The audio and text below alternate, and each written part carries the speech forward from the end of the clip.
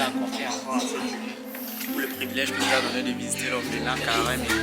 Voilà, pour la libéralité dont il nous a fait grâce de pouvoir partager avec ces orphelins.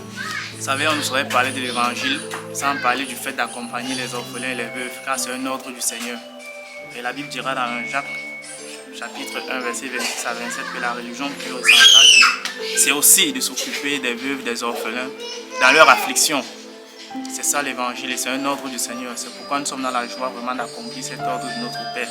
Nous ne le faisons pas parce qu'on veut être vu, parce qu'on attend la reconnaissance de la part des hommes, mais nous le faisons tout simplement parce que le Seigneur l'a ordonné dans sa parole. Oui, c'est par rapport à ça, c'est pourquoi je voulais même partager avec mes soeurs ici présentes un petit passage dans le livre de Jacques. Voilà, elles vont nous donner leur impression par rapport à ça. Elles vont nous dire quelque chose. Nous sommes dans le livre de Jacques chapitre 2.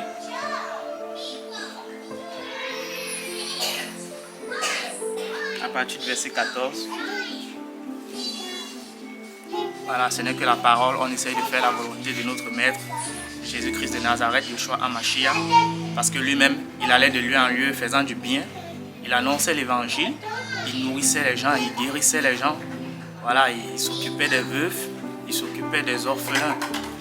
Voilà, en tant que chrétien, en tant que disciple de Christ, il en va de notre devoir de faire de même, de marcher selon les pas de notre Seigneur. La Bible dira, le disciple n'est pas plus grand que son maître, mais il est donné à tout disciple d'être comme son maître. Et voilà, c'est vraiment ce que nous voulons faire. Et nous voulons le faire d'un cœur pur, comme des serviteurs inutiles. Voilà, nous ne voulons pas une quelconque reconnaissance de la part des hommes, mais nous le faisons parce que c'est un ordre, une ordonnance du Seigneur. Voilà. Donc, si je peux lire, la Bible dira dans le livre de Jacques, chapitre 2, à partir du verset 14, « Mes frères, que servira-t-il à quelqu'un de dire qu'il a la foi s'il n'a pas les œuvres? Cette foi peut-elle le sauver?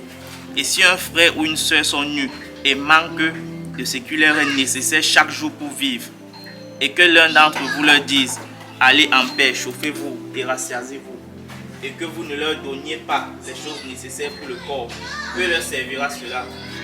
De même aussi la foi, si elle n'a pas les œuvres, elle est morte en elle-même. Mais quelqu'un dira, tu as la foi et moi j'ai les œuvres. Montre-moi donc ta foi sans les œuvres, et moi je te montrerai ma foi par mes œuvres. Amen. Voilà, je ne sais pas si Kevin, tu peux nous dire quelque chose par rapport à ce passage. Par rapport au passage de Jacques 2, verset 14, c'est très interpellant déjà, pour moi particulièrement et pour tous les amoureux de Jésus. C'est très interpellant parce que le Seigneur est en train de mettre la différence en train de montrer le lien qu'il y a entre la foi et les œuvres. Parce qu'une foi sans les œuvres est vaine. Tout à l'heure dans le passage, on dira que la religion puissante devant Dieu, par exemple, il y avait des œuvres qui accomplissaient la religion. Donc ça veut dire que lorsqu'on a la foi, il y a des œuvres qui doivent accomplir la foi. Et le passage en fait qui nous interpelle beaucoup, et c'est ce passage à partir du verset 16, je vais lire.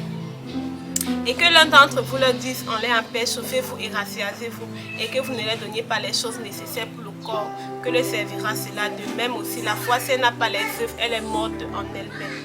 Mais quelqu'un dira, tu as la foi et moi j'ai les œuvres. Montre-moi donc ta foi sans les œuvres, et moi je te montrerai ma foi par mes œuvres. Donc, il y a ce passage, ce verset où il dit, dans le monde actuel, là on est, c'est là où il y a beaucoup de valeurs, il y a beaucoup de discours.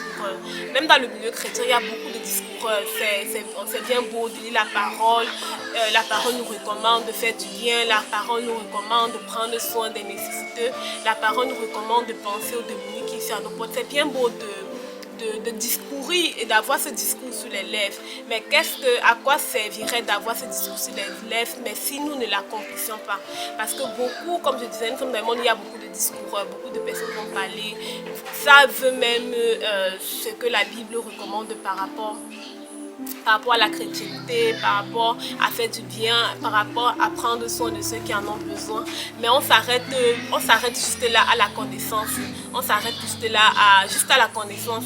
Mais ici, là, l'apôtre Paul dira que ça ne sert à rien en fait de dire que j'ai la foi. Ça ne sert à rien d'avoir tous ces versets bibliques cœur, dans la tête, de connaître tous ces belles passages de la parole où le Seigneur dit il faut prendre soin, il faut prendre soin. Mais si nous n'accompagnons pas cette connaissance, si nous n'accompagnons pas cette foi, des œuvres en fait, parce que ce sont les œuvres que les hommes, c'est vrai Dieu regarde au cœur, mais ce sont les œuvres qui montrent vraiment l'état du cœur. Et il y a cette anecdote que j'aime souvent, on dit qu'on ne reconnaît pas que l'habit ne fait pas le moine. On a tendance à dire que l'habit ne fait pas le moine, c'est vrai, mais on ne peut pas voir un moine sans l'habit. Le moine aussi c'est l'habit, donc c'est la même chose. Les œuvres ne font pas de nous des chrétiens, mais un chrétien c'est aussi faire ses œuvres, les œuvres justes auxquelles le Seigneur nous attend. En fait, c'est ce que je ressens de ce passage. Par rapport au passage qu'on venait de lire, la foi sans les œuvres, en fait c'est évident. On n'a pas besoin de voir fait tour des corps pour comprendre. La foi sans les œuvres, elle est morte, elle est vaine. Donc si on dit aimer le Seigneur, si on dit avoir la foi en Christ, notre foi doit se manifester par les œuvres que nous faisons. Et voilà, c'est pourquoi aujourd'hui aussi nous avons dit, si on aime le Seigneur, si on aime la parole de Dieu, et cette parole nous dit que nous devons avoir soin des pauvres et des orphelins, que la religion pure et sans tâche consiste à s'occuper des œuvres, des orphelins dans leurs afflictions et de s'éloigner des souillures du monde. Donc déjà, si on s'éloigne des souillures du monde, si on vit une vie de sainteté, en fait, on doit aspirer à plus, on doit chercher à faire plus, quoi. Et voilà, nous voyons le Seigneur nourrir ceux qui avaient faim, il a visité les malades, tout ça là. Et vraiment, comme le frère le disait tout à l'heure, un serviteur ne peut pas dépasser son maître, mais il peut faire comme son maître.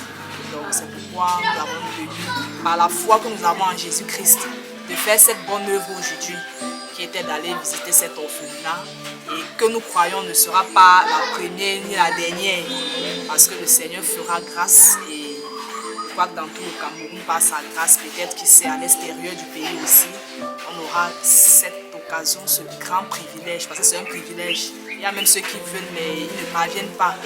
Voilà, on aura cette occasion, cette grâce de visiter d'autres orphelinats. Peut-être aller aussi dans les hôpitaux, les prisons, aussi apporter vraiment notre soutien à ceux qui en ont besoin. Donc c'est un peu ça. Si on dit qu'on a la foi, on doit manifester cette foi par les œuvres.